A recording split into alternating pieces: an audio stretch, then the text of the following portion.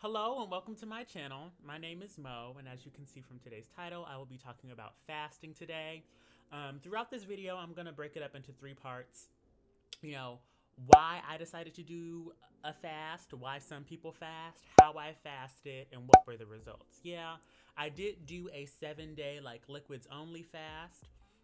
Right. Oh, but before I get into that, my name is Mel. Welcome to my channel. I'm a professional tarot reader, and intuitive, and my YouTube channel is to help people, demystify spirituality and the tarot, astrology, so on and so forth. So hit that subscribe button if you're interested in any of those things. But yeah, let's hop right into the video. So why do people fast? So there's a couple of reasons. You know what I mean? I think the biggest reason it's some people's spiritual practices or their religious practices. They require or ask that people fast, just to show. I was just doing a little bit of research. Day of fasting. Fasting demonstrates the depth of your desire when praying for something. It shows you that you are serious enough about your prayer requests to pay a personal price. God honors deep desire in praying and faith. Yeah. I personally fasted for a couple of reasons. After, I meditate a lot, and then I talked to my guys and they were like, I needed to do a fast. They've been telling me to do kind of like a detox type of moment for quite some time. And the fast seemed like the perfect in-between point, right? So I think it's a really good tool for developing spiritual discipline. And when you practice spiritual discipline, that kind of has the same effect in the other areas of your life. You probably have more discipline with your physical body or your health, or abstaining from, things that aren't for your highest and greatest good. So yeah, that's a reason to fast. That's why some people decide to fast. And I think another reason is for health reasons. Yeah, I almost forgot that. Some people do it for disordered, for disordered eating type of reasons, where they want to lose weight really quickly or maybe fit into a dress or something like that. Don't recommend doing that, but it does work. But it can also work as a detox type of thing. You know what I mean? That's kind of what I was doing, the in between, right? It's for spiritual reasons, but also physical reasons. This research also says that, okay, so the health benefits of fasting: it can boost your cognitive performance, protect you from obesity and associated chronic diseases, reduces inflammation, improve your overall fitness, support weight loss, and decrease the risk of metabolic disease. Just the reasons as to why I decided to fast. Again, I said already that my guides told me to do it, but for the health reasons, you know what I mean? I was doing research, and then so sometimes, living in the United States, there's so many processed foods here. And most of the time, when our body doesn't know what to do with processed foods, when it doesn't register some of the ingredients, the GMOs, and all of the junk that we're really attuned to eating in this country, sometimes our body doesn't know what it is, so it doesn't necessarily turn it into energy right away. Especially if we're taking in the excess of it, the body can only process so much energy at one point in time. So the things that it can't identify as food or sugar or something that's nutritious for your body, it'll just turn it into fat and store it. And it's we don't know what this is. We'll throw it over here and we'll save it for later, right? So one of the detox and cleansing reasons why I decided to fast was so that my body could burn through some of that stuff that it can't actually use and facilitate in the well-being of my body. Yeah, so that's why I did it. How I did it: again, there's different types of fast, where there's dry fasting, where you actually don't take in anything, no water, no liquids, no nothing. No, that's not what I did. There's intermittent fasting, where you wait until I think some people wait until noon to eat, or till a certain time of the day. You know what I mean? And there's also different types of religious fastings, where you completely abstain from alcohol, drinks, or even substances and content you're consuming, which is partly what I did as well. Yeah. And I do believe that people that practice Ramadan, they don't eat until sunset. Yeah. So I kind of did a mixture. Of all of these, you know what I mean? I didn't consume any solids. With the fast that I did, I consumed no solids. It was only water and green tea. Green tea does help with stomach aches and hunger pains. You know what I mean? Highly recommend that. if you are doing a liquid or juicing fast like I decided to do, and then I created and then I made one smoothie a day, but I had to wait until sunset. You know what I mean? I waited until sunset to have that smoothie. Yeah, so again, I'm only taking in like organic fruits and veggies, no added sugars, you know what I mean? I was adding coconut milk or straight water to my teas, again, so that I'm just not adding like any sugary juices or lemonades or anything like that, right? I just wanted to stay away from any special added sugars. It was just fruits, veggies, and other organic juices and whatnot. Yeah, that's how I did it. It did require, it is a spiritual thing, you know what I mean? It turns into a spiritual thing. I find that like food, me as an intuitive, I'm gonna get a little woo now. Food, it kind of like grounds me in the 3D plane, right? It helps me stay grounded. It helps like center and ground my body to the realm that I'm currently living in. When I'm not eating any food, I low-key feel like I'm just all crown. I'm just all crown. I'm all thoughts. I'm all up here. Sometimes I get a little lightheaded and I feel like I'm just floating. But you know, when you sit down, you pray, you meditate, you drink tea, you drink water, that will help a little bit so that you can actually like cipher through and get intuitive messages and tap into your intuition. Over the course of the week, I had so many spiritual downloads, so many realizations and understandings. You know what I mean? And people say that your intuition will get stronger.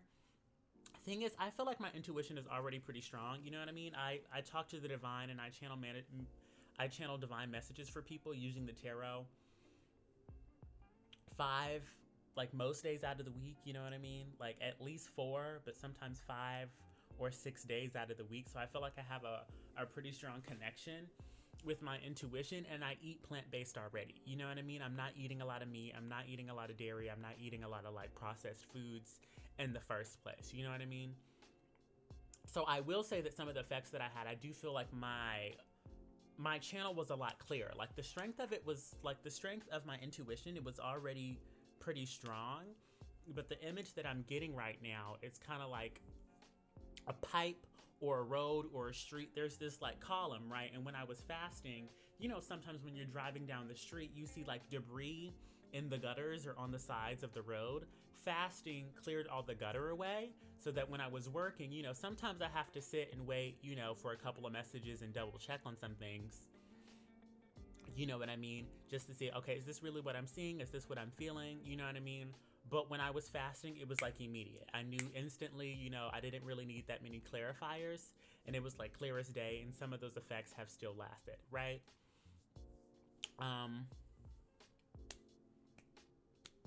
What else? And you do have like a lot of epiphanies.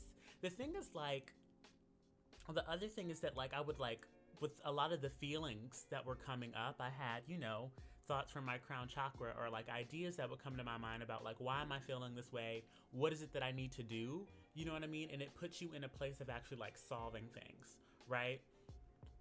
Which is why, like, if you're going to do a fast, I would say honestly fast from as many things as possible, right? If you're going to be fasting from food, you know what I mean? Right. Also, like, fast from, you know, a distraction, I would say. Fast from like video games or like binge watching television or, you know, adult content, if you know what I mean. I also fasted from adult content, but since the beginning of this year, my guides have been telling me to cut back on that. So again, that wasn't like anything that was really difficult or new, but it was just something I stayed on top of during that week. Yeah, and when you clear the distractions, when you clear your false coping mechanisms, when you clear some of the junk food out of your system and out of your life, you do feel a lot clearer about the experience that you have, and you're able to have more epiphanies. Yeah, I wrote down some of the epiphanies that I was having, and I'm just coming to share them with you, right? This is going to be the last part of my video. But yeah, at this point in time, let me know if you have any questions about any of this. Please let me know if there's anything you want to know about, like how I fasted, what it felt like, other reasons why people fast. If there was anything that like you're still curious about, please let me know in the comment section. And then additionally, if you are into tarot and astrology, you know what I mean, I am coming back with the Astrological Tarot Resource Guide. Check that information in the description bar to find that resource. You know what I mean, while it is currently on pre-sale on my website, it will be up within like a month. Like, I think we're a little less than a month. I'm at like the 3-week mark now. Yeah, but let's get back into these messages. Here are some of the epiphanies that I had while I was fasting. Okay, and this is related to fasting, but not necessarily about fasting, right? These are just some things like fasting made me realize about life. So some things are not hard. It just requires more time, focus, and energy than you are willing to give up right now. If you always avoid things, you will always live a comfortable life, but your life will also be dissatisfying. Stop rationalizing, the actions and the decisions that aren't for your highest and greatest good. They are harmful, and they're only holding you back from growing. An extraordinary life requires extraordinary circumstances. Through God, all things are possible. Faith is powerful. You are not everybody. You are not most people. You are you, and you are here to be just that. Oh, some of the other things I realized, this is kind of like my journal, and I want to share some of these things with you, is that, I will try to distract myself with things. I would distract myself from the discomfort of being hungry by working. I will say that, last week was probably one of the most productive weeks I've ever had. You know what I mean? But also, I also realized, that when I don't want to feel discomfort, of body, and again, as an intuitive, I know that sometimes energy kind of follows us around. We think that issues that we have at work won't come home with us, but if you're having an issue expressing yourself at work, truth burp, you're probably also having an issue expressing yourself in your personal relationships. Yeah, where the energy, it's not the same circumstances, but it will just express itself in a different way, right? So because I was trying to distract myself with working, I was trying to distract myself from the discomfort of my hunger pains, I realized that also sometimes, when I'm irritated by people or things in my life, I will just go work. You know what I mean? Again, in the United States. So I was like, I'll just go make money. At least there's money to be made. You know what I mean? I don't have to deal with this. I can go make money and work, Where sometimes what we really need to do is to address that issue and fix that issue and not try to run away from it by making money or putting ourselves to work or running to our distractions or our false coping mechanisms. Yeah. Oh, something else I also realized is that the hardest part to changing or growing is making the decision. Once you've made the decision, a lot of the times it's the hardest part. But again, it's the mental rationalizing. I don't want to do that, or I don't need to do that, but I really like this thing. I'm not missing out on anything. Just to use a smoking habit as an example, you know what I mean? Sometimes people have a hard time saying, I'm not going to smoke. I'm going to quit smoking because it's not harming me that much. Or then you'll start making excuses. Well, at least I'm not drinking alcohol or something else, so on and so forth. Again, like I was saying before, it's the rationalizing. You know what I mean? I need this thing. I deserve to keep this thing around.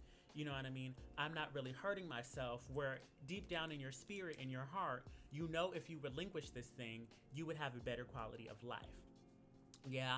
Now, the hardest part is making the decision to accept the truth that this thing isn't helping you and that your life could be better, and then to pursue that. But when it comes to building a new habit, building a new lifestyle, I feel like the longer you go, the easier it gets, if I'm being completely honest. For me, those first 3 days were the hardest, but even the first day was the most difficult day. The first day where I decided to fast, you know what I mean? Because everything is new. But the second day comes around and you're like, okay, I did this yesterday.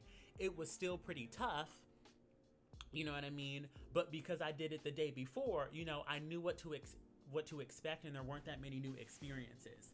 I will say that after the third day of fasting on my 7-day fast, everything got easier. After that third day, I believe on the fourth day, that was when my body got on board. And I believe that's when people say that your body goes into the state of ketosis, where your body's not looking for sugar or glucose to metabolize or turn into energy. You know what I mean? And that's when it starts accessing, it starts burning up your fat reserves. Yeah. So yeah, on that fourth day, that's when I felt like my body was on board, and my body was like, okay, girl, she's not going to feed us. We need to start finding energy elsewhere. Yeah. But again, that's kind of jumbled around, but you know what I mean? The farther, the longer you try to discipline yourself, the longer you establish a new habit, the easier it becomes. But yeah, that's it. That's all I have for you. Those were all of my revelations, all the things that I came to understanding, all the epiphanies that I had. If have you fasted before? Let me know in the comment section. Did you have any epiphanies or realizations while you were fasting? And what did you learn? And how did your connection with God deepen? If so, yeah. But I thank you for watching this video with me. Please thank your ancestors, spirit guides, and angels. I pray for your highest and greatest good. And I hope this video helps you access some of that energy. Yes, in alignment with your most true and authentic self. But that's all I have for you. Thank you for watching. And yeah, follow for more videos like these. And until next time, this is XOMO. Bye.